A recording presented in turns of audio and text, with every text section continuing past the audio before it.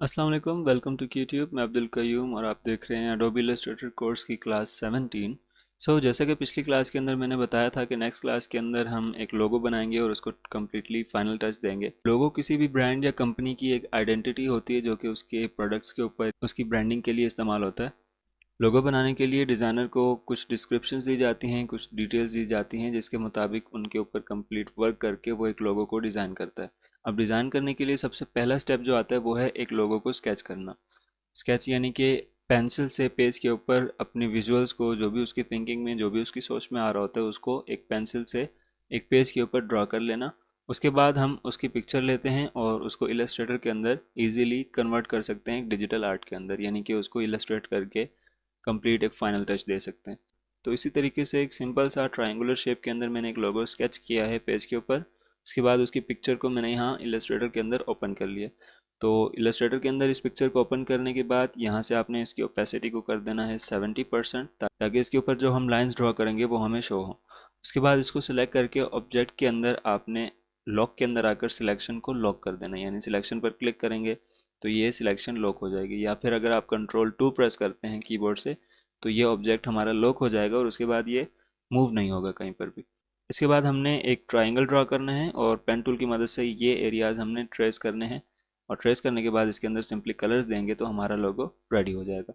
तो सबसे पहले यहाँ पर ट्राइंगल ड्रा करेंगे। उसके लिए आप पॉलीगॉन टूल लेकर इसके मिड से स्टार्ट करें तो देखें कि ये एक हेक्सागोनल शेप है। इसको ट्राइंगल में कन्वर्ट करने के लिए इसको क्लिक करके रखेंगे, छोड़ेंगे नहीं, और कीबोर्ड से डाउन एरो की प्रेस करेंगे जब तक हमारे पास ट्राइंगल शेप नहीं आती। ट्राइंगल शेप आने के बाद आपने शिफ्ट प्रेस करना है और शिफ्ट से बिल्कुल ये प्रिसाइजली शेप ड्रॉ होगी। यहाँ पर इसको एक रेड स्ट्रोक दे देते हैं और इसके स्ट्रोक को 5 पॉइंट्स तक बढ़ा देते हैं।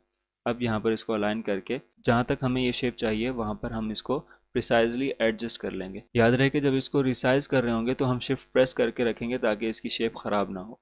शिफ्ट प्रेस करके मैंने यहाँ जहाँ पर भी मुझे ये लाइंस एडजस्ट करनी है मैं शिफ्ट प्रेस करके रखूँगा और इन लाइंस को यहाँ पर एडजस्ट कर लेता हूँ। तो आई थिंक यहाँ तक मेरी कंप्लीट शेप ड्रॉ हो चुकी है और उसके बाद ये ऑब्जेक्ट सिलेक्टेड है। इस पॉइंट के ऊपर यहाँ पर जो छोटा सा सर्कल आपको दिख रहा है इसके ऊपर अगर आएँ तो यहाँ पर हमें कॉर्नर्स कर्व में कन्वर्ट करने का ऑप्शन मिल रहा है। तो ये करके थोड़ा सा इसको मज़ीद एडजस्ट कर लेते हैं।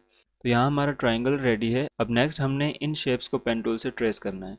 तो यहाँ पर पेन टूल लेंगे। अगर आपने पेन टूल की क्लास अटेंड नहीं की, पेन टूल की क्लास का लिंक आपको डिस्क्रिप्शन के अंदर मिल जाएगा। इसमें बहुत ही आसान तरीके से पेन टूल का इस्तेमाल और उसके इस्तेमाल से कुछ ट्रेसिंग्स की टेक्निक्स बताई गई हैं।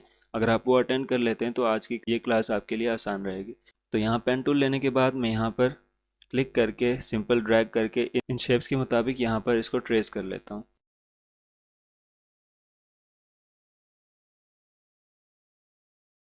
पेन टूल से ऊपर की शेप रेडी हो चुकी है। अब इसी तरीके से ये एरिया भी मैं क्विकली ट्रेस कर लेता हूँ।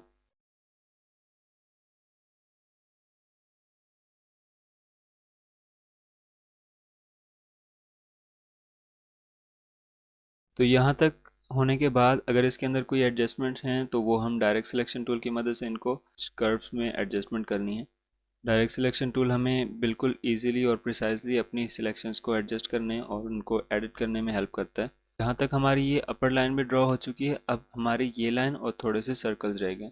तो इस तरीके से यहाँ पर भी इस लाइन को भी यहाँ पर ट्रेस कर लेते हैं। नेक्स्ट हमारे पास ये सर्कल्स रह गए। इसके लिए यहाँ पर एलिप्स टूल लेकर मैं एक आल्ट और शिफ्ट प्रेस करके रखूँगा और एक सर्कल ड्रॉ करता हूँ यहाँ पर। अब आल्ट की प्रेस करके जहाँ जहाँ मुझे ये सर्कल्स चाहिए मैं वहाँ पर एक एक कॉपी इनकी लेकर उनके साइज़ के मुताबिक इनको एडजस्ट कर लेता हूँ। सो यहाँ तक हमारा लोगो कम्प्लीटली ट्रेस हो चुका है। अब नेक्स्ट स्टेप हमारा आता है कि हम इन तमाम शेप्स को सिलेक्ट करके शेप बिल्डर टूल की मदद से जो एरियाज़ हमें चाहिए वो हम सिलेक्ट कर लेते हैं, और जो एरियाज़ हमें, यानी कि ये जो एक्स्ट्रा लाइंस है हमें नहीं चाहिए, इनको हम शेप बिल्डर टूल की मदद से डिलीट कर देंगे। तो आइए देखते हैं कैसे। शेप बिल्डर टूल लिया मैंने यहाँ पर, ये तमाम शेप्स मेरे पास सिलेक्टेड हैं। अब जो एरियाज़ हमें मर्ज करने हैं इस तरीके से यहाँ पर इनको मर्ज कर देंगे, ये भी। और इन लाइंस को, जो एक्स्ट्रा लाइंस हैं जो हमने डिलीट करनी है, वो हम आल्ट की प्रेस करके इन एक्स्ट्रा लाइंस को यहाँ से डिलीट कर देते हैं। डिलीट करने के बाद ये एरिया, ये कंप्लीट शेप मेरे पास रेडी हो चुकी है। यहाँ पर कंट्रोल Alt और 2 प्रेस करेंगे तो हमारा जो लॉक्ड ऑब्जेक्ट थे वो अनलॉक हो चुके हैं। इसको मैं यहाँ से डिलीट कर देता हूँ। तो देखें कि ये लोगो हमारे पास कम्प्लीटली ट्रेस हो चुका है। अब हमारा नेक्स्ट स्टेप है इसके अंदर कलर्स को फिल करना और इसको फाइनल टच देना। मैं इसको थोड़ा सा साइज़ को बढ़ा देता हूँ। कलर्स हम जो इसके अंदर देने वाले हैं वो कुछ ग्रेडियंट कलर्स हैं। चलें सबसे पहले हम ग्रेडियंट कलर रेडी कर लेते हैं, देखते हैं कौन से हमने ग्रेडियंट्स फिल करने हैं। यहाँ से मैं रेक्टेंगल टूल लेकर यहाँ पर एक स्क्वायर लेता हूँ और इसके अंदर इस पर क्लिक करके यहाँ पर इस शेप के अंदर मैं ग्रेडियंट को फिल कर देता हूँ। यहाँ पर मेरे पास 2 पॉइंट्स हैं ग्रेडियंट फिल करने के। एक के ऊपर हम डबल क्लिक करके लाइट ब्लू कलर दे देंगे और इसी तरीके से दूसरी साइड पर यहाँ से ये डार्क ब्लू कलर दे देते हैं।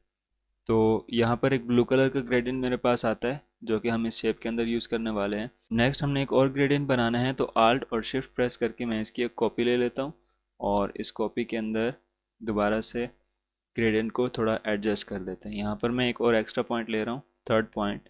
इसके अंदर हम 3 पॉइंट्स का ग्रेडियंट देंगे। तो यहाँ पर इस पॉइंट के ऊपर हम देने वाले हैं डार्क रेड।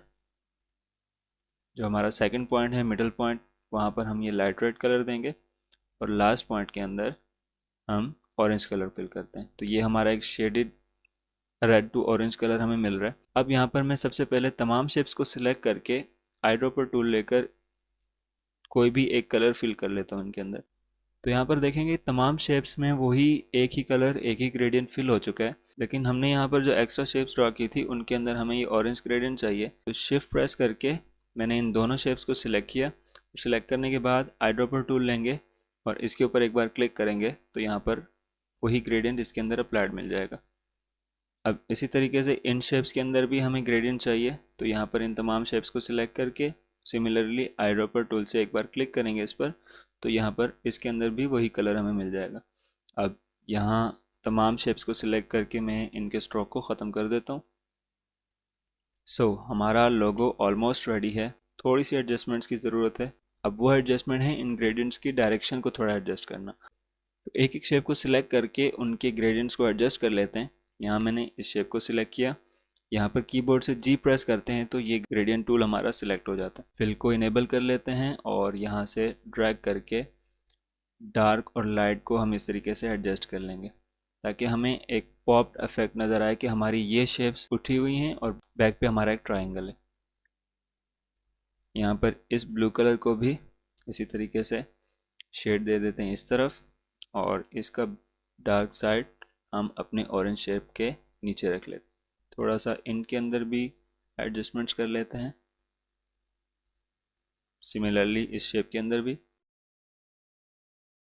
सो गाइस, यहाँ तक हमारा कंप्लीट लोगो हो चुका है रेडी। इसको यहाँ पर ग्रुप कर लेते हैं और बैकग्राउंड पर हम एक रैंडम सा कोई कलर ऐड कर देते हैं ताकि हमें ये पॉप आउट दिखे। मैंने यहाँ पर एक स्क्वायर ड्रॉ किया और इसको मैं अरेंज के अंदर जाकर सेंड टू बैक कर देता हूँ, तो ये बैक पर चला जाएगा। इसके अंदर सॉलिड कलर फिल कर देते हैं हम कुछ पर्पल कलर में।